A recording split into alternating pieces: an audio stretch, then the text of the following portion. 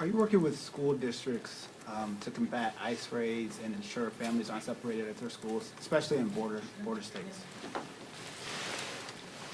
Well, border state with Canada. And, you know, our school board members, our Washington State School Superintendent, our legislature, have all been engaged in conversation with the Governor and Attorney General and advocates, and I've been engaging in some of those conversations too.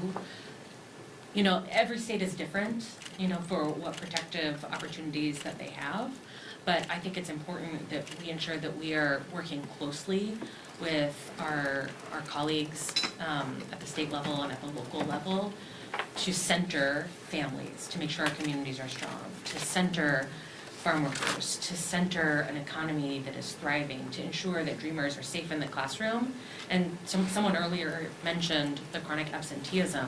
So that's a conversation, a bipartisan conversation that we've been having, you know, since COVID. How do we bounce back from chronic absenteeism and, you know, challenges in our schools? And this is only exacerbating that problem. This is only making students feel less safe in their classrooms and families less safe sending their kids to school. In 2017 and 2018, we in fact saw an effort, a grassroots effort of neighbors, non-immigrant neighbors who would drive their big trucks to some families' homes to escort them to school because they were worried about what might happen on the way. And now that schools are no longer safe, folks are even more concerned. So we are having some of those conversations, but have to continue. I just want to quickly add, again, I'm Sylvia Garcia from Texas.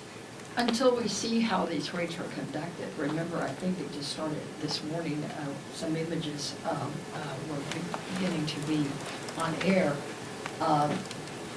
We can't combat, to use your words, raids that we don't really know yet. I think that the best thing that we can do right now is, again, monitor and speak up when we need to.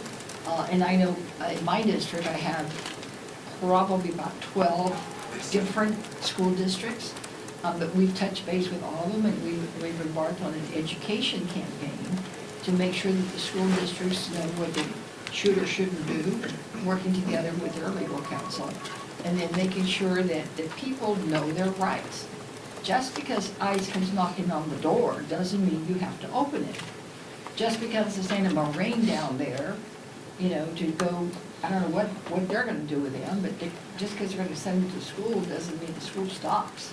So I think there's some do's and don'ts, there's some rights and responsibilities, and what's important is an education campaign. That's what we're doing now. Now, if we see something egregious, obviously we're going to speak up, and we'll work with all our local advocates.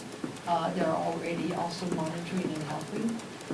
And we're doing a series of workshops on Know Your Rights. I'm doing one Saturday, and then I'm doing one, I think, Thursday. So most of my district work week will be about making sure that my constituents know their rights and responsibilities. Thank you. Thank you. And the CHE has put together a Know Your Rights pocket car in different languages, and it's a toolkit that we will be disseminating across the districts. Thank you so much for I had all a being question here. about your